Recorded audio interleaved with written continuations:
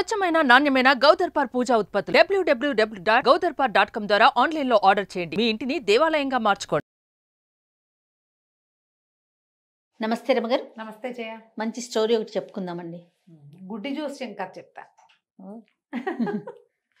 ఇది వరకు మనం ఒక చెప్పుకున్న కథ లాంటిదే, కాకపోతే ఇది బాగ్దాద్ నగరపు కథ. ఓహో. బాగ్దాద్ నగరంలో ఒక కూలివాడు భార్య ఉండేవాళ్ళట. ఇతనికి ఏం పని దొరికేది కాదు. భార్యాభర్త ఇద్దరు చచ్చి చెడి ఏదో తిరిగి పని చేసుకునేవాళ్ళు. రెక్కాడితే కానీ డొక్కాడదు పాపం. అదే అదే. ఆ బాగ్దాద్కి చుట్టుపక్కల ఏదో చిన్న పల్లెటూళ్ళలో ఉండేవాళ్ళు. ఈ ఊళ్ళో పొట్టపోసుకోవడం కష్టంగా ఉందని బాగ్దాద్కి వెళ్ళిపోదాం అనుకున్నారు. పిల్లలు లేరు వాళ్ళకి. సరే, మొగుడు పెళ్ళాం ఇద్దరు కలిసి ఆ బాగ్దాద్ నగరంలో పనుల కోసం అటు ఇటు తిరుగుతూ ఉండేవాళ్ళు. ఆ తిరుగుతున్న క్రమంలో ఓ 3-4 రోజులు వీళ్ళని గమనించిన ఒక పెద్ద మనిషి అడిగాడు, ఏమిటో నాయన రోజు తిరుగుతున్నారు మీరు, ఏమిటి అని అడిగితే, బాబు ఏం పని లేదండి, పని కోసం తిరుగుతున్నామండి అంటే, ఏదైనా వృత్తి చేసుకోరాదు అన్నాడు ఆయన. ఏ వృత్తి చేసుకోవాలో తెలియదండి, తెలియటం లేదు, ఇదేమో పెద్ద ఊరు అయిపోయి మేమేమో కొత్త వాళ్ళము అనేసరికి దానిదే ఉంది, సామాన్లు ఉంటాయి కదా, గొడ్డలు చెత్త పుచ్చుకుని సుంకాల కచేరీ అంటే ఇప్పుడు ట్యాక్సులు వసూలు చేసేందుకు ఒక ఆఫీస్ ఉంటుంది. బయట ఊరు నుంచి ఆ ఊరు లోపలికి వచ్చారనుకో, వాళ్ళ దగ్గర అక్కడ ట్యాక్సులు వసూలు చేస్తారు. కొన్ని బళ్ళు డిస్మాంటిల్ చేసేసే బళ్ళు ఉంటాయి, అక్కడ ముక్కచక్కా తీసేస్తారు, పేళ్ళేసేస్తారు వాటిని, ఊరికే తాత్కాలిక బళ్ళు. తర్వాత అవి జరుపుకు రావడానికి కొన్ని రకాల ఇవి కూడా బాక్సులు లాంటివి వస్తాయి. అదే మన బాక్సులు అట్టపెట్టెల్లో వస్తున్నాయి కదా మనకి, ఇది వరకు చెక్క పెట్టెల్లో వచ్చాయి. అవును. ఆ చెక్క పెట్టెలన్నీ పేళ్ళేసేస్తారు. దాని గొడ్డలు పట్టుకెళ్ళు, నీకు పేళ్ళేసే పని దొరుకుతుంది అక్కడ అని చెప్పాడు. సరే, ఇతను ఏం చేశాడు, చిన్న గుడిసేదో చూసి భార్యను అక్కడ ఉంచి ఇతను ఆ పనికి వెళ్ళటం మొదలుపెట్టాడు. ఇప్పుడు కొంచెం డబ్బులు వస్తున్నాయి, పర్వాలా. రోజు సుంకాల కచేరీ దగ్గరికి వెళ్ళి ఆడ గొడ్డలు పుచ్చుకుంటే, అబ్బాయి గొడ్డలంతా రా దీన్ని ముక్కలు చేయి అంటే పిలిస్తే ఇంకా డబ్బులే. అదే అట్లా ఎవరు కూలీలు ఉంటే పిలిచినట్టు అనమాట. ఏవో రకరకాల పనులు, ఈ పేళ్ళు వేసే పనులు చేసుకుని సాయంకాలం అయ్యేసరికల్లా 4 దినారాలు తెచ్చేవాడు.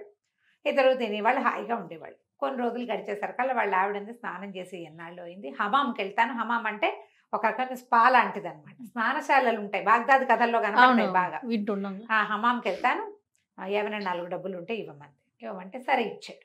రోజువారీ స్నానాలు వాళ్ళు కాదు, వాళ్ళు ఎప్పుడో ఒకసారి బాగా వాళ్ళు తోమించుకుంటారనమాట.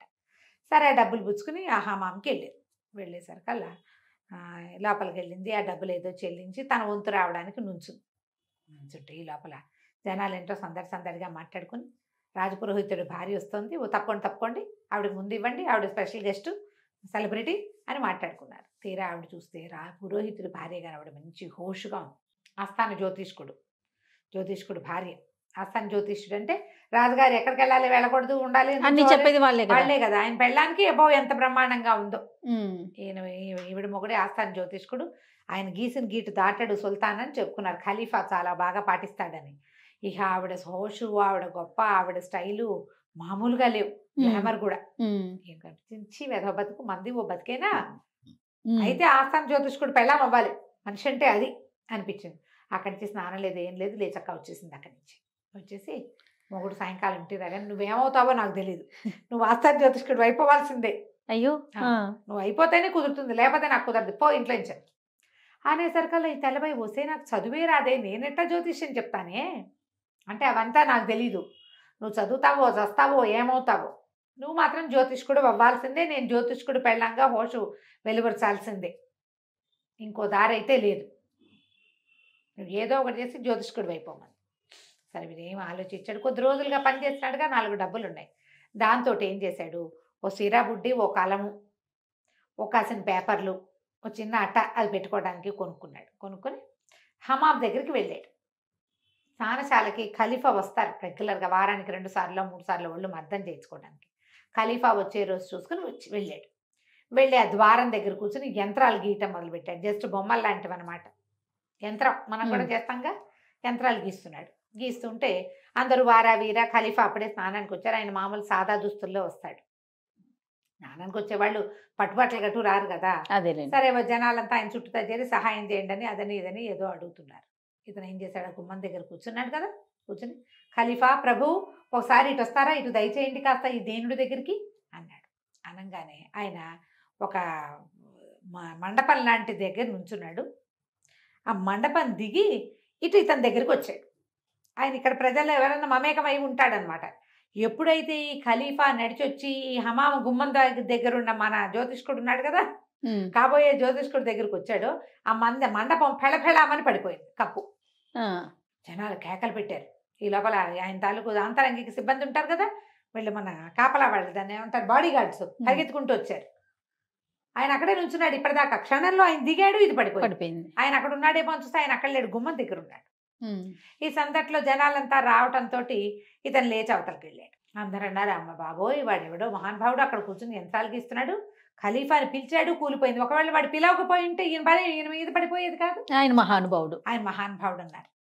అన్నాక ఏడి ఏడి అని ఈయన్ని పట్టుకున్నారు. పట్టుకుని ఖలీఫా తన మెడలోంచి ఒక ముత్యాల హారం తీసి చేతిలో పెట్టాడు. చుట్టుపక్కల ఉన్న వాళ్ళంతా ఖలీఫా ప్రాణాలు రక్షించావురా నాయన, నువ్వు జ్యోతిష్కుడిలా ఉన్నావు, భలేవాడివి నువ్వు అని తలా ఒక బహుమతి ఇచ్చారు. ఏవో డబ్బులు కూడా ఇచ్చారు. అవన్నీ పుచ్చుకుని ఇంటికి వెళ్ళి వాళ్ళ ఆవిడికి చూపించాడు. చూసావా ఎన్ని బహుమతులు వచ్చాయో, ఇక ఇవి హారం వచ్చింది, ముత్యాల హారం మెళ్ళ వేసుకో అన్నాడు. అనగానే ఆవిడంది, ఈ బహుమతులు సరే, బహుమతులు కుదరవు, నువ్వు జ్యోతిష్కుడు అయితేనే కుదురుతుంది నాకు. ఇంకా అదే పట్టు. బోడి బహుమతులు ఎవరికి కావాలి? ఆస్థాన జ్యోతిష్కుడు పెళ్ళాం అనేది ఉంది చూసావా, ట్యాగ్, అది కావాలి నాకు అనగానే ఉసూరుమన్నాడు ఈయన. ఏం చేయాలి? సరే ఈ లోపల ఏమైంది, ఒక వారం రోజులు 10 రోజులు గడిచేసరికల్లా ఖలీఫా గారు వజ్రపు ఉంగరం రోజు బల్ల మీద పెడతాట. రాత్రి నిద్రపోయేటప్పుడు తెల్లారేసరికి అది కనపడలేదు. దానికోసం ప్రశ్నలు ఇస్తున్నారు, అదే ఇస్తున్నారు, ఇదే ఇస్తున్నారు. ఈ స్నానశాల వాడు ఒకడు, స్నానశాలలో ఆయనకి రెగ్యులర్గా పరిచయమైన ఒక సంపన్న గృహస్థు రాజుగారిని ఖలీఫాను చూడబోయి, ఏమిటో విషాదంగా ఉన్నారు, విసుగ్గా ఉన్నారు. ఏమిటంటే వజ్రపు ఉంగరం పోయింది, మా తాతల నాటిది, అదే నాళ్ళ నుంచో నేను రాత్రిపూట బల్ల మీద పెట్టేవాడిని, ఎందుకో పోయిందన్నాడు. అనేసరికాలు దాందేముంది, మీరు ఆ రోజున హమాములు మీ ప్రాణాలు రక్షించిన జ్యోతిష్కుడు ఉన్నాడు కదా, అతన్ని పిలిస్తే ఏమైనా సమాధానం చెప్తాడు, జ్యోతిష్కులు ఇలాంటివి చేస్తారన్నాడు. ఆస్థాన జ్యోతిష్కుడు ఉన్నాడు, ఆయన ప్రయత్నం చేశాడు, ఆ ఉంగరం ఎక్కడుందో ఆయన కనిపెట్టలేకపోయాడు. దొరుకుతుందని కనిపిస్తోంది, ప్రశ్నిస్తే ఎక్కడా ఏమిటి తెలియదు. అక్కడి నుంచి ఏం చేశారు, ఓ 4 భటుల్ని పంపించారు. ఆస్థాన జ్యోతిష్కుడిని అక్కడ వదిలేసి ఈ కొత్త జ్యోతిష్కుడిని మందిరం కూలినప్పుడు తన్ని పిలిచిన వాడిని పిలిచారు, కూలివాడిని పిలిచేసరికి పిలిస్తే లోపలికి వచ్చాక, బాబు నా ఉంగరం పోయింది, మీరేమైనా కనిపెట్టగలరా అంటే, ఎక్కడి నుంచి కనిపెడతాడు, చాలా పరిదీన వదనంతో ఇతను 2 రోజులు సమయం ఇవ్వండి నాకు అన్నాడు. అలాగే అని ఈయన అన్నాడు, 2 రోజులు మీ ఇంటికి వెళ్ళి ఏం చేస్తావు, హాయిగా భవనంలో ఉండు, ఖలీఫా భవనంలో ఉండని అతనికి ఒక రూమ్ కేటాయించారు. ఆ రూము బాకెట్లో ఒక అవతల రూమ్కి బయట ఏ గది అయితే ఇచ్చారో ఆ గది కిటికీకి అవతల ఒక పెద్ద సరస్సు, అందులో కాసిన బాతులు ఉన్నాయి. అవి రోజు ఇట్లా రాజభవనం వైపుకి నడిచొస్తాయి. ఇక్కడ ఏమైనా తిండి పెడితే అవి తిని ఇక్కడే కాసేపు అట్ట తిరిగి నీళ్ళు కావాల్సి వచ్చినప్పుడు మళ్ళీ సరస్సులోకి వెళ్తుంటాయి. ఓకే, ఇది నా కిటికీలోంచి చూస్తూ కూర్చున్నాడు. నేను ఎట్లా కనిపెడతాను, నా బొంద నా పెళ్ళానికో పెచ్చా, వీళ్ళకో వెర్రి, అంతే కదా, తనకేం తెలుసు, నాకేం తెలుసని అటా చూస్తూ ఉంటే గుంపుగా బాతులు రావటం, గుంపుగా బాతులు వెళ్ళటం చూశాడు. 2 పూటలు చూస్తే ఆ బాతుల గుంపులో ఒకటి చచ్చి చెడి నడుస్తుంది, దాని కాలు ఒకటి విరిగిపోయింది, కుంటి కాలు. అది టిక్కు టిక్కు టిక్కు కుంటుకుంటూ వస్తుంది, హెల్తీగా లేదు. నా బతుకు దీని బతుకు కూడా నా బతుకు లాంటిదే, ఓపిక లేదు, నడవక తప్పదు అనుకున్నాడు. 2 రోజులు గడిచాయి. 2 రోజులు అవ్వగానే తీసుకురండి రా జ్యోతిష్కుడినే అన్నాడు ఖలీఫా గారు. భటులు వచ్చి రండి రా ఖలీఫా పిలుస్తున్నారని తీసుకుపోయారు. తీసుకుపోతే, బాబు నా ఉంగరం సంగతి ఏమన్నా చెప్తారా అని అడిగాడు ఖలీఫా. తను అన్నాడు, నేనేం చూశాను ప్రభు, 2 రోజుల నుంచి కుంటిబాతుని తప్పిస్తే నేనేం చూడలేదు, ఆ బాతకేసే చూస్తున్నాడు అతను అనేసరికల్లా భటులు పరిగెత్తుకుంటూ వెళ్ళి కుంటిబాతుని పట్టుకొచ్చారు. పట్టుకొచ్చి దాని పేక కోసేసి దాని పొట్టలో చూస్తే అందులో ఉంది వజ్రపు ఉంగరం. ఏదో గుడ్డిగా చెప్పాడు ఇతను, చెప్పింది ఏముంది, నేను ఆ బాతును చూశాను అన్నాడు. ఆ బాతు పరిస్థితి ఏమిటి, ఒక దాసి ఏం చేసింది, ఈ రాజుగారు రాత్రిపూట పెట్టిన ఉంగరం పొద్దున బల్లలు తుడుస్తుంటే అది మంచం కిందకి పడిపోయింది. అవి ఊడ్చే దాసికి అది దొరికింది. బల్ల మీద ఉంటే ముట్టుకునేది కాదు, రోజు ఉండేది అది అక్కడ, ఎవరు ముట్టుకునేవాళ్ళు కాదు. బల్లలు తుడిచే దాసి వేరు, ఇళ్ళు తుడిచే రూములు తుడిచే దాసి ఇది వేరు. మంచం కింద ఉన్న దుమ్ములో దొరికింది. ఆ ఉంగరాన్ని ఏం చేసింది, ఎక్కడా దాచలేక ఈ బాతుల్లో ఒక దాన్ని పట్టుకుని దాంతో మింగించేసి ఆ బాతుల్లో తను గుర్తుపట్టడానికి వీలుగా దాని కాలు ఒకటి విరిచేసింది. దాంతో అది కుంటుకుంటూ ఆ పొట్టలో ఉంగరం చేరేసరికి ఫారిన్ బాడీ ఉంటే అది ఏమి ఈజీగా ఉంటుంది, అది పాపం ఈడ్చుకుంటూ తిరుగుతుంది. ఎప్పుడైతే బాత అన్నారో వెంటనే కోసేసారు దాన్ని. కోసేసరికి ఇంకేముంది, బంగారు బాత గుడ్డులాగా దాని పొట్టలో ఉంగరం దొరికింది. రాజుగారు ఆశ్చర్యపోయారు, ఎంతో సంతోషించారు. బోళ్ళని బహుమతులు ఇచ్చారు. మన కూలివాడు ఆ బహుమతులన్నీ మోసుకుంటూ ఇంటికి తీసుకుపోయాడు. ఇది చూడు అది చూడు అది చూడు అని అన్నీ చూపించాడు. ఇవన్నీ గిఫ్ట్లు, నీకు పదవి వచ్చిందా రాలేదా అని అడిగింది ఆవిడ. బాగుందిగా, చాలా బాగుంది. ఆస్థాన జ్యోతిష్కుడు అయి తీరాలి నువ్వు. అయ్యా అవలా ఇంకా లేదా? ఎక్కడయ్యాడు? బహుమతులు ఇచ్చారు అంతే. ఇచ్చి బహుమతులు కాదు నాకు ఇవన్నీ పనికిరావు, నువ్వు ఆస్థాన జ్యోతిష్కుడు అవ్వాల్సిందే అని చెప్పేసరికి ఇతను చాలా దీనంగా ఉన్నాడు. ఏం చేయాలో తెలియటలా. ఏదో కాకతాళీయంగా అది, కాకతాళీయంగా ఇది అయ్యింది. జ్యోతిష్యం మనమేం చెప్తాం. సరే ఏం చేశాడు, రాజుగారి దగ్గర ఖలీఫా దగ్గరికి లోపలికి వెళ్ళడానికి ఇతనికి అనుమతులు ఏర్పడ్డాయి. 2 సార్లు మరి రాజుగారి తాలూకు ఇవి అవసరాలు తీర్చాడు కదా, యాక్సెస్ వచ్చేసింది. యాక్సెస్ వచ్చింది. సరే లోపలికి వెళ్ళాడు. వెళ్ళినప్పుడు బాబు రండి ఏం చేయిప్స్ పెట్టమంటారు మీకు అని అడిగాడు ఆయన. నాకు ఆస్థాన జ్యోతిష్కుడు పదవిస్తారండి అన్నాడు. అనేసరికల్లా ఆయన బాగా ఆలోచించాడు. వీడు 2 విషయాలు చెప్పాడు. సరే వీడేం చదువుకున్న వాడిలాగా లేడు. ఆలోచించి ఖలీఫా వాడెవడో వస్తున్నాడు సైనికుడు చూడండి అన్నాడు. ఒక సైనికుడు ఒక సంచి ఏదో పుచ్చుకొస్తున్నాడు, దాన్ని ఇట్లా సంకలో పెట్టుకున్నాడు. ఏదో వస్తువు తెస్తున్నాడు. వాడి సంచిలో ఏముందో చెప్పండి అన్నాడు. గుటుక్కుమన్నాడు వీడు.